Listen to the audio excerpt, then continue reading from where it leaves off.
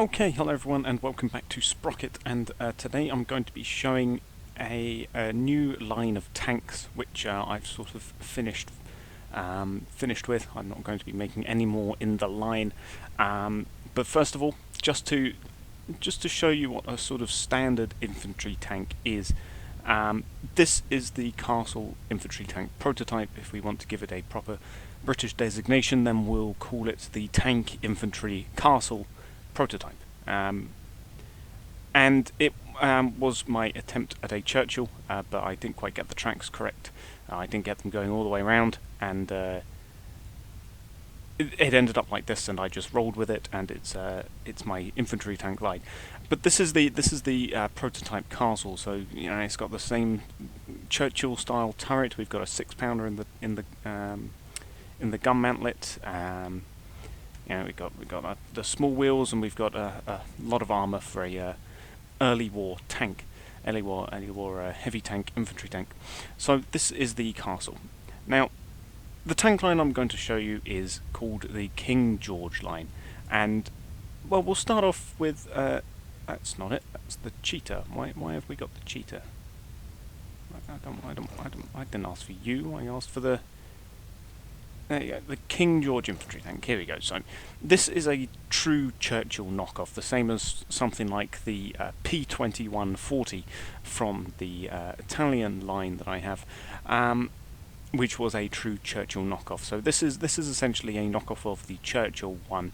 As you can see, it's very long. It's got large, wide, exposed tracks going all the way around. We've got the good old World War I style British emblem on the front track guard cover. Armour-wise, is alright. 50 mils of frontal armour on both the hull and the turret. 30 lower glacis. Side armour is 30 and 30 here. If we get underneath there you go, 30 mils of raw thickness if we get below the side skirts. 30 side armour, 15 mils of rear armour. And the only real difference between this and something like the Mark I Churchill is not only is the armour thinner, but it has got a what is this? A 6-pounder, a 57mm 6-pounder gun with 69 nice millimeters of penetration, and where the Churchill 1 had a 3-inch howitzer mounted in the hull, this has got a 2-pounder, a 40mm 2-pounder anti-tank gun with 52mm of penetration, mounted in a small turret at the front of the hull. And that's the major differences really between the two of them.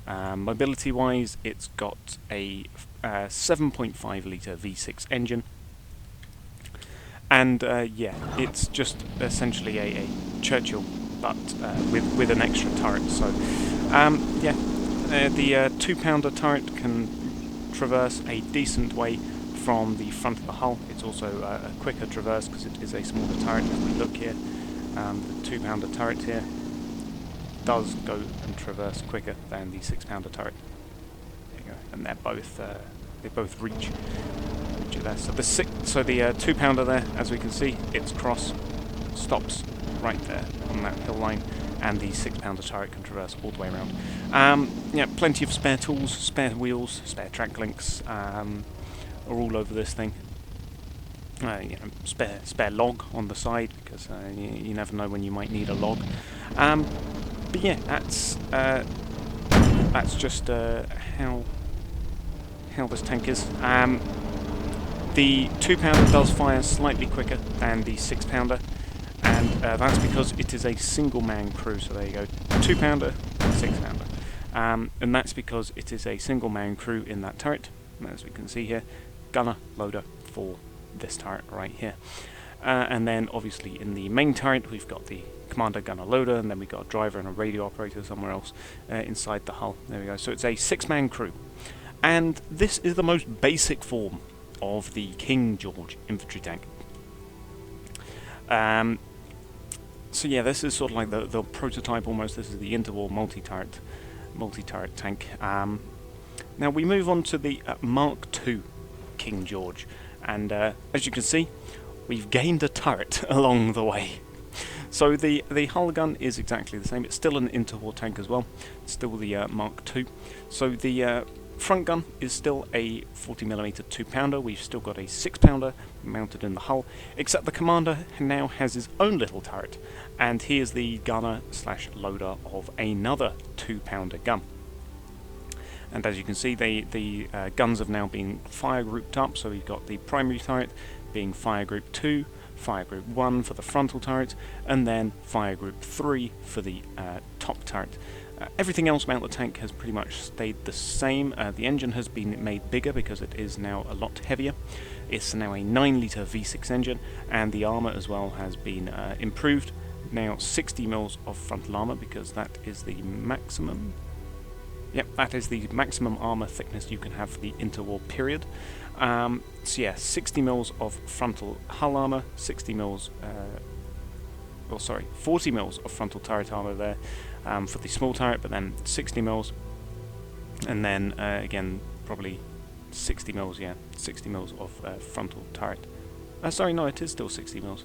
Yeah, 60 mils of frontal armour all around, 40 mils of thickness for the sides of the hull and all of the turrets, and then 25 mils of armour for the rear of the turrets, except for the front turret because you never see that bit, so it's still only 5mm to save on space. And yeah, so we've gained an extra gun, and this is just a sign of things to come. Also, the headlights were moved to here below the hull, whereas originally it was just a single big spotlight on the top of the turret. So yeah, the Mark II King George. It's yeah, pretty interesting. You know, there they go. The top two turrets reload, well, the top two guns rather, fire and reload pretty much identically. The 2-pounder in the hull, of course, is still slightly faster to reload because it is just that one man doing everything.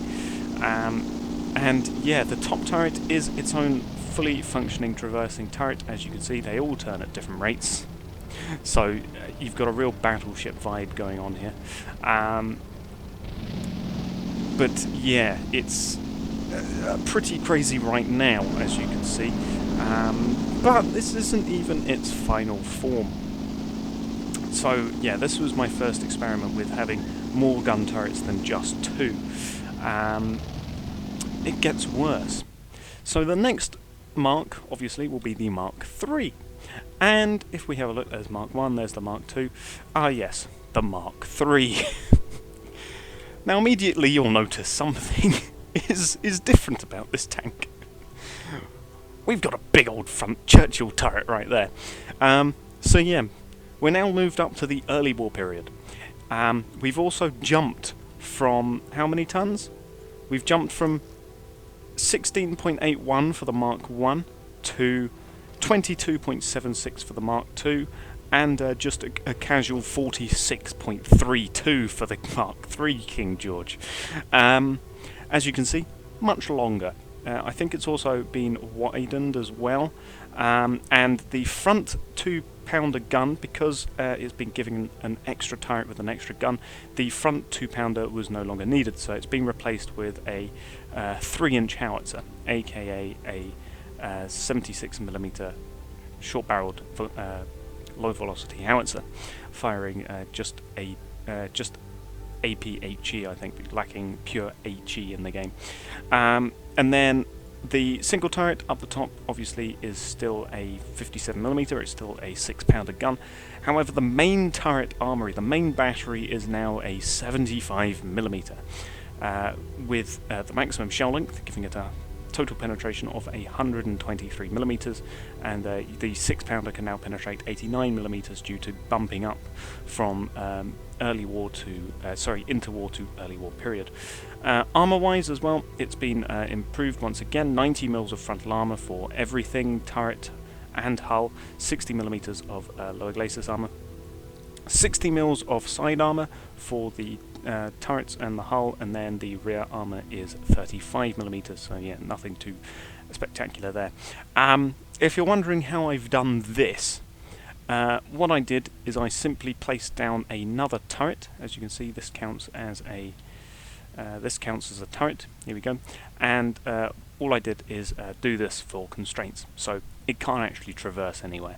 It is purely a static piece of metal in order to elongate the top turret. That's all it is. It's just a hexagonal lacking rounding, or well, lacking good rounding, I should say.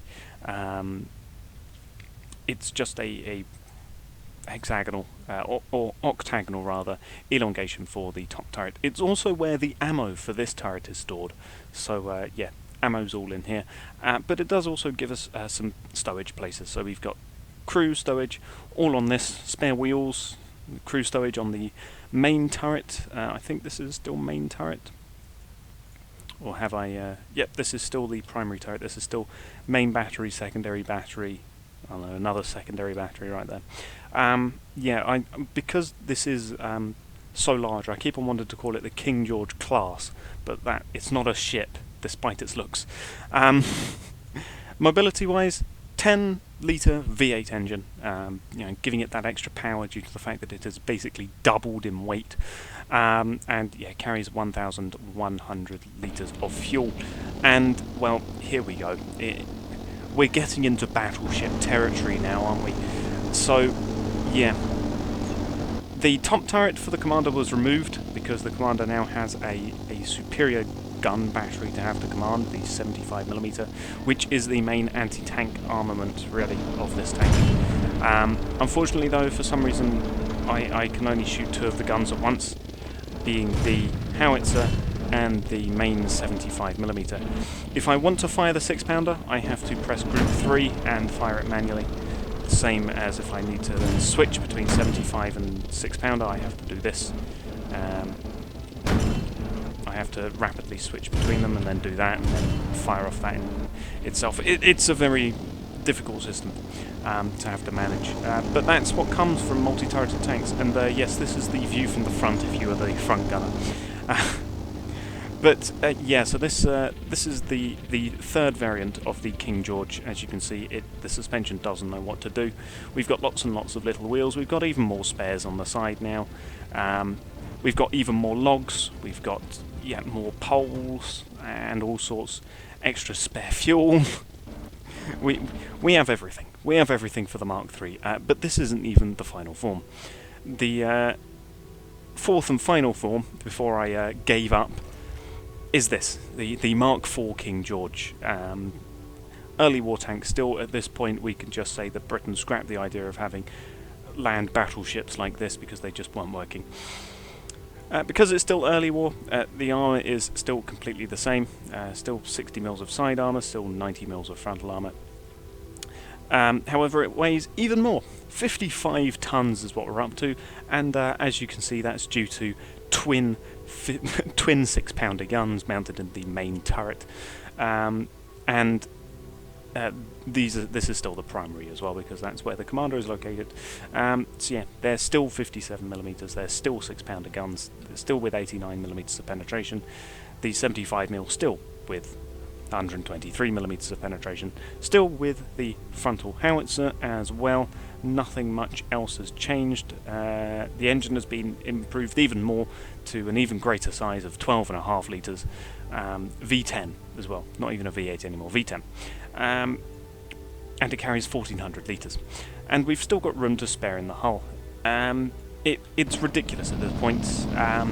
And because it was so finicky trying to deal with all of these different turrets, including the, battleship turret elongation device, which was also counting as a turret. I had to try and not assign crews to, but it was just sort of all over the place, which has made me scrap the rest of this idea. I was originally going to try and get it to be 4 sort of main battery battleship guns, or at least main battery twin 75mm, but I've given up on that idea. I might try it at some point, maybe make an individual video of it, but yeah, for now, this is, rather I should say, the final variant of the King George class of land battleship.